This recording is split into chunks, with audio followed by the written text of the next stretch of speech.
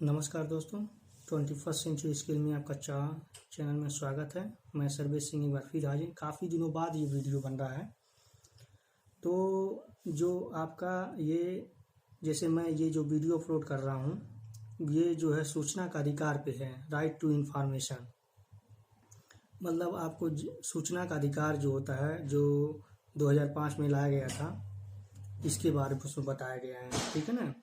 तो ये जो चीज़ें मैंने अपलोड की है, ये संसद टीवी से हमने उसमें का एडिट करके मैंने अपलोड किया है। जो मेन कोर चीज़ है वो मैंने अपलोड किया है, जो आपके एग्ज़ाम पॉइंट ऑफ व्यू से काफ़ी इंपॉर्टेंट होता है। वनडे एग्ज़ाम या फिर आईएएस के एग्ज़ाम में अगर आप बैठते हैं तो उसमें काफ़ी हेल्पफुल होता है। मेंस के राइटिंग स्किल में अगर आप उसमें लिख रहे हैं तो उसमें भी इम्पॉर्टेंट होता है। वैसे वनडे के एग्ज़ाम के लिए तो इम्पॉर्टेंट होता ही है सूचना का अधिकार जो है। तो ये जैसे मान लीजिए आप एसएससी का दे रहे हैं, चाहे लोअर पीसीएस, चाहे एमपी पीसीएस, चाहे बिहार पीसीएस, चाहे आईएएस पीसीएस, मतलब जिस भी वनडे एग्जाम में देते हैं, सारे एग्जाम में काफ़ी हेल्पफुल रहेगा। और हमारे कोचिंग का सेंटर का नाम है द स्टडी सेंटर। आप इस पर लोगो देख लेंगे, और द स्टडी सेंटर नाम से ही हमारा इंस्टाग्राम भी चलता है। उसमें मैंने वीडियो बहुत सारे मैं पिक अपलोड करते रहता हूँ जो अच्छे अच्छे हैं। जैसे मान लीजिए 60 ट्रिक है आपका, जैसे मान लीजिए विषुवत रेखा से या मकर रेखा से या कर्क रेखा से होकर गुजरने वाले देश। अभी मैं इस पे वीडियो अपलोड करने वाला हूँ, एक आध दो दिन में मेरा कंटेंट तैयार हो गया, लेकिन मैं जल्द ही करूँगा। तो आशा करता हूँ ये वीडियो अच्छा लगा होगा। और अभी मैं ये वीडियो जो है आगे आप देखेंगे, संसद टीवी से ही उठाया गया है वीडियो, उसमें मैंने रखा है इस चैनल में, और उसको आप देख लेंगे तो आपको काफ़ी इन्फॉर्मेशन मिल जाएगा। थैंक यू, धन्यवाद।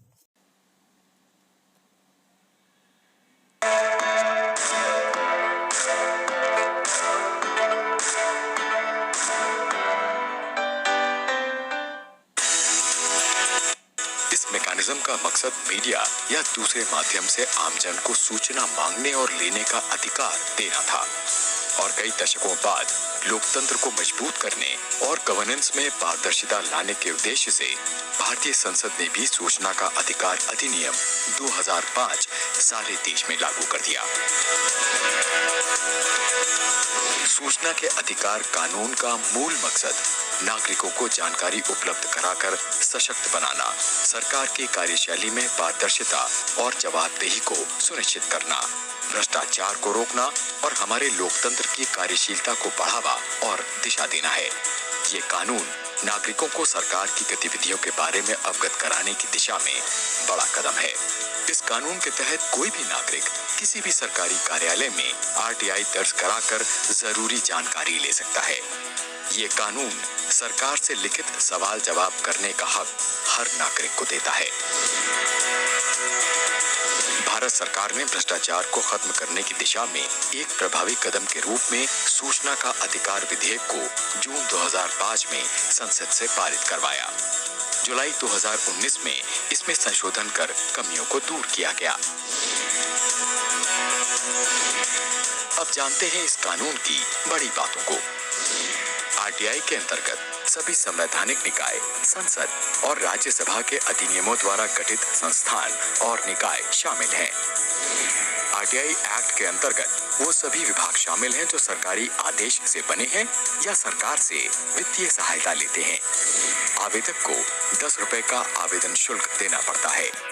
कई राज्यों के आवेदन शुल्क में भिन्नता हो सकती है। गरीबी रेखा के नीचे वाला आवेदक बिना किसी शुल्क के सूचना मंगा सकता है। मांगी गई सूचना अगर आवेदक के व्यक्तिगत जीवन से जुड़ी है तो उसे 48 घंटे के भीतर ही उपलब्ध कराने का प्रावधान है। आरटीआई एक्ट में यह भी कहा गया है कि सभी सार्वजनिक प्राधिकरण अपने दस्तावेजों का संरक्षण कंप्यूटर में करें।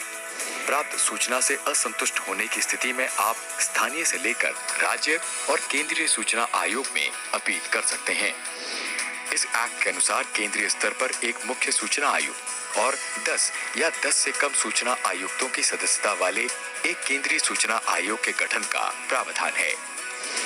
इस कानून में केंद्र की तर्ज पर राज्यों में भी एक राज्य सूचना आयोग के गठन का प्रावधान रखा गया है। राष्ट्र की संप्रभुता, एकता, अखंडता और सामरिक हितों पर प्रतिकूल प्रभाव डालने वाली सूचनाओं को कानून के दायरे से बाहर रखा गया है। सेक्शन 24 सब सेक्शन 1 के अंतर्गत सिक्योरिटी और इंटेलिजेंस एजेंसीज को इस कानून के दायरे से बाहर रखा गया है।